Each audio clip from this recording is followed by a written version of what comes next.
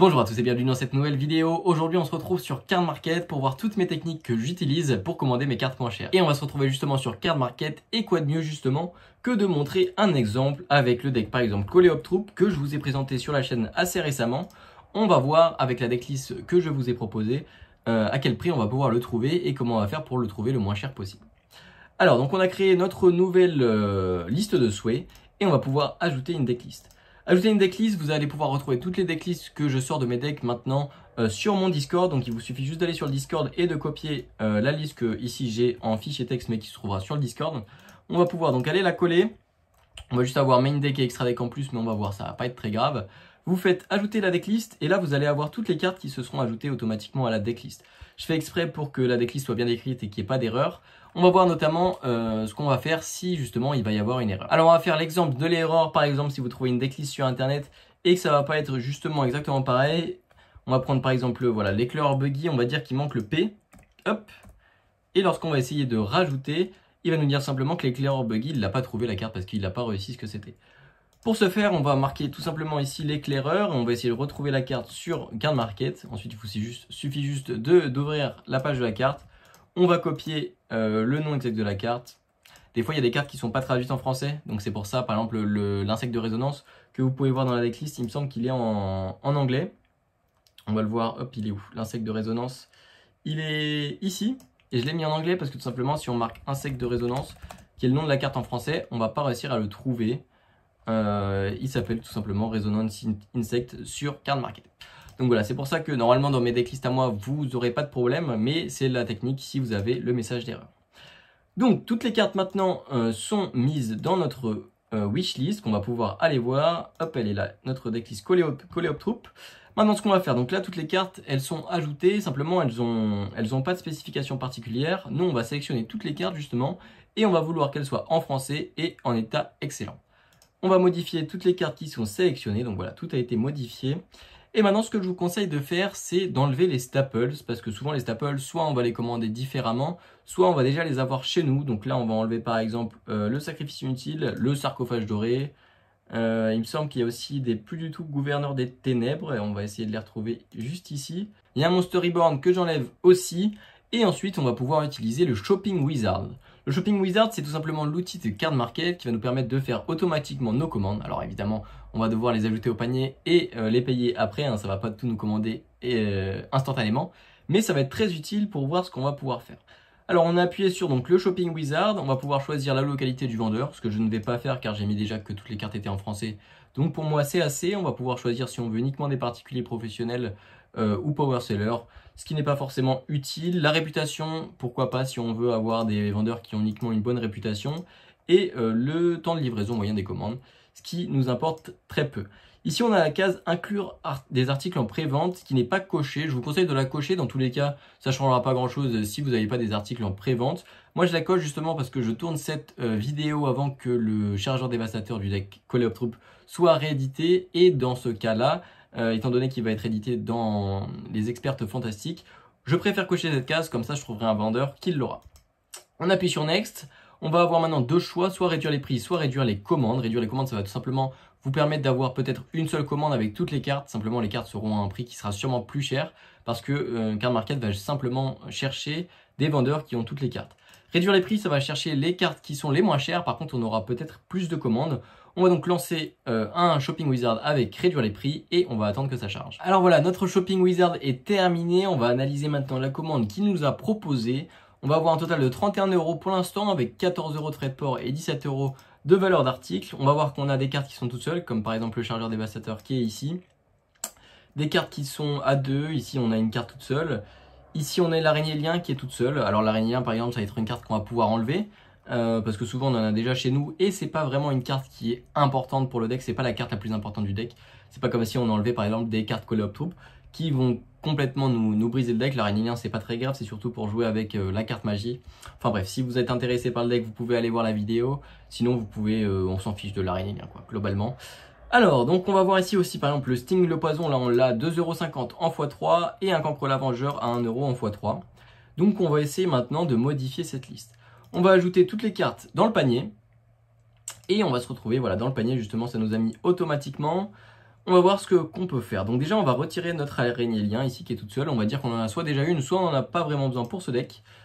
Évidemment, ne faites pas ça avec les cartes que vous avez vraiment besoin. Le chargeur dévastateur, malheureusement, on en a besoin. S'il n'a pas trouvé un vendeur qui en avait un autre, il n'a pas réussi à mettre des autres articles avec le chargeur dévastateur, et ben on va le laisser comme ça. Ensuite, on voulait parler des Sting le poison. Où est-ce qu'ils sont ceux-là? Ici, à 3, donc on en a 3 pour 2,50 €. Évidemment, on peut en trouver moins cher. On va aller voir tout simplement la page de Sting, le poison. Hop. On va aller voir tout simplement. Et on va prendre un playset point cher, tout simplement ici. On va les ajouter au panier et on va retirer ceci de notre commande.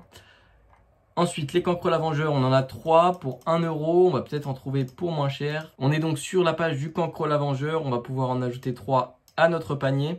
On pouvait regarder évidemment aussi hein, sur les autres vendeurs s'ils ont des fois ces cartes. Mais globalement, avec le Shopping Wizard, souvent on ne l'aura pas. Donc on va quand même pouvoir retirer ici. Hein. Ici, on a retiré 3 €. Et on va voir à combien est la commande des cancres lavengeurs. Voilà, elle se retrouve à 1,52 €. Ce qui fait qu'avec toutes ces modifications, on se retrouve déjà plus qu'à 22,06 € pour ce deck. On a quand même encore 16,60 € de frais de port et 5,42 €. Alors ça, pour le coup, c'est la technique la plus efficace si vous voulez vous faire un deck complet et pas cher. Évidemment, on a retiré les staples.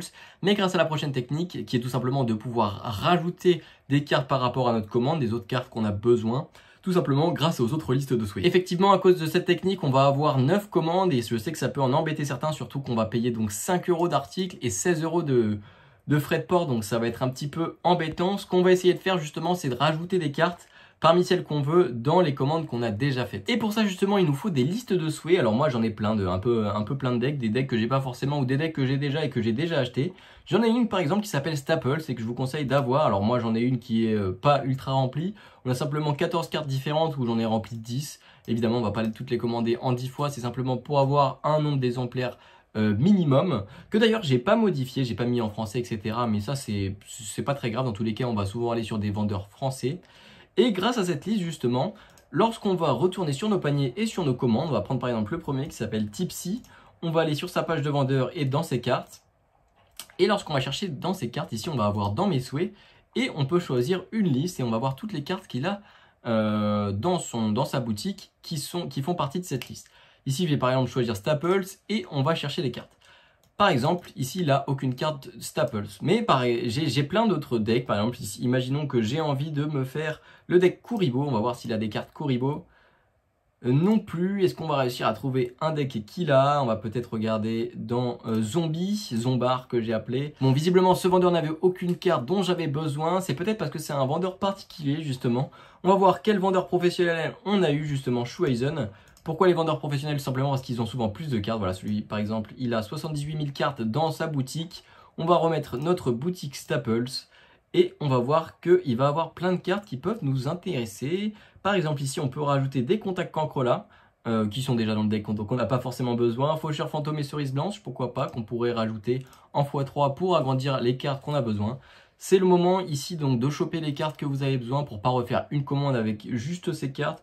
Vous pouvez trouver pas mal de cartes, pas forcément très chères justement. Ici, ce vendeur, il a peut-être des cartes un petit peu plus chères que d'habitude, mais pas forcément non plus pour toutes les listes. Par exemple, imaginons que j'ai envie de me faire un deck héros.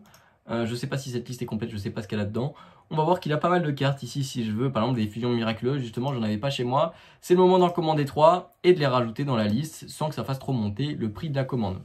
Donc c'est pour ça que moi j'ai plein de listes de souhaits, comme ça je regarde un petit peu tous les decks que j'ai envie de me faire et je regarde justement quelles cartes je peux choper pour pouvoir construire petit à petit ces decks. Évidemment j'aurai pas le deck instantanément et j'aurai pas le deck complet, mais au fur et à mesure des commandes on va pouvoir se construire le deck et pourquoi pas l'améliorer aussi au fil des commandes.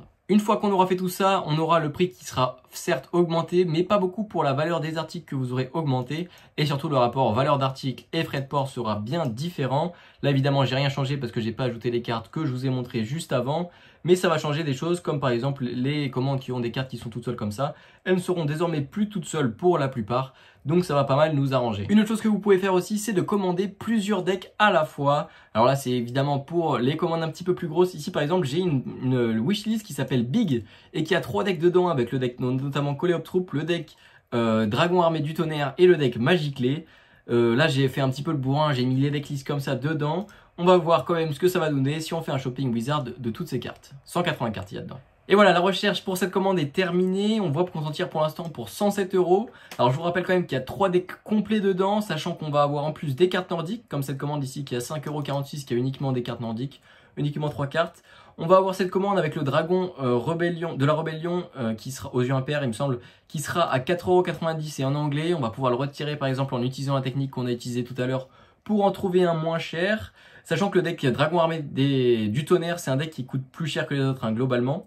Mais ce qui va nous intéresser, voilà, c'est ça, c'est qu'on va avoir en fait des grosses commandes comme celle-ci avec 43 cartes, toutes les cartes qui sont à 2 centimes. Et en plus de ça, donc ça va nous faire 43 cartes pour 6,08 €. Et c'est dans ce genre de commandes qui vont vraiment nous intéresser. On va avoir plein de cartes qui nous intéressent avec toutes les cartes qu'on veut là. Tout ça, c'est des cartes qu'on avait dans notre wishlist. Alors ce qu'on peut faire évidemment, c'est faire cette commande par exemple et ensuite relancer un Shopping Wizard avec toutes les autres cartes qu'on a enlevées. Ça risque d'être un petit peu compliqué, mais on peut se débrouiller comme ça. On voit aussi que dans cette commande, on a 2 sauts hiératiques à 6 € chacune, qui sera pas forcément moins cher, mais c'est une carte qui coûte assez cher, donc malheureusement, on va pas pouvoir s'en tirer beaucoup moins cher, en tout cas en français. On a 3 dragons empileurs qui sont aussi à 6 € unité, alors ceux-là, c'est sûr qu'on peut les trouver moins cher que 6 €. Mais tout ça pour vous dire que avec cette commande, par exemple, on a 43 cartes pour 6,08 €. Dans tous les cas, on pourra commander toutes les cartes pour beaucoup moins que 107 €. Après, dans tous les cas, on va devoir faire soit des concessions, comme prendre les cartes qui ne seront pas forcément en anglais, soit tout simplement, on va pas prendre toutes les cartes et on en prendra un petit peu plus tard. Donc voilà pour toutes les techniques que j'utilise sur Card Market. Pour résumer, il faut utiliser des listes en séparant les decks qu'on a besoin des staples. Ensuite, vous pouvez faire des listes qui sont un petit peu plus grosses en rassemblant plusieurs decks dans des grosses listes. Ensuite, vous utilisez le Shopping Wizard pour avoir une idée globale de la commande que vous allez faire. Vous enlevez les cartes qui vous semblent trop chères ou les petites erreurs du Shopping Wizard, parfois en enlevant des cartes et en les recommandant tout simplement en allant sur la page des cartes et en commandant les cartes les moins chères en playset ou à l'unité comme vous le souhaitez. À partir de là, vous allez sur le profil des vendeurs pour pouvoir gonfler votre commande sans trop augmenter les frais de port. Vous utilisez le moteur de recherche pour pouvoir chercher toutes les cartes qui sont dans vos autres listes de souhaits et vous les rajoutez à vos commandes. N'hésitez pas à faire des listes de souhaits contenant des types de cartes particuliers comme les staples, les end-traps, les cartes en français que vous avez déjà par exemple dans une autre langue, etc. Et pour finir, pour les grosses commandes, je vous conseille de faire une plus grosse liste de cartes. Évidemment, plus on commande de cartes à la fois, moins les frais de port seront élevés. Et vous commandez tout simplement lorsque la commande vous semble très intéressante et que vous pouvez avoir plein de cartes pour pas cher. Alors évidemment, les prix ne sont pas toujours les mêmes tout le temps. Si vous le faites de votre côté, vous n'aurez pas forcément les mêmes prix que moi. Et pareil, moi, si je le fais dans 2 jours ou vous, si vous le faites 2 jours plus tard, les prix vont aussi varier. Et le Shopping Wizard va refaire des calculs différents selon les commandes, les cartes qui partent et qui reviennent. Donc n'hésitez pas, si vous trouvez qu'une commande est trop chère ou que trop de cartes sont trop chères, refaites-le un petit peu plus tard. J'espère que la vidéo vous a plu, j'espère que cette technique vous pourrez les utiliser lorsque vous aurez besoin de commander vos cartes. Si c'est le cas, n'hésitez pas à mettre un pouce bleu et à vous abonner. Et moi je vous dis à bientôt pour une prochaine vidéo.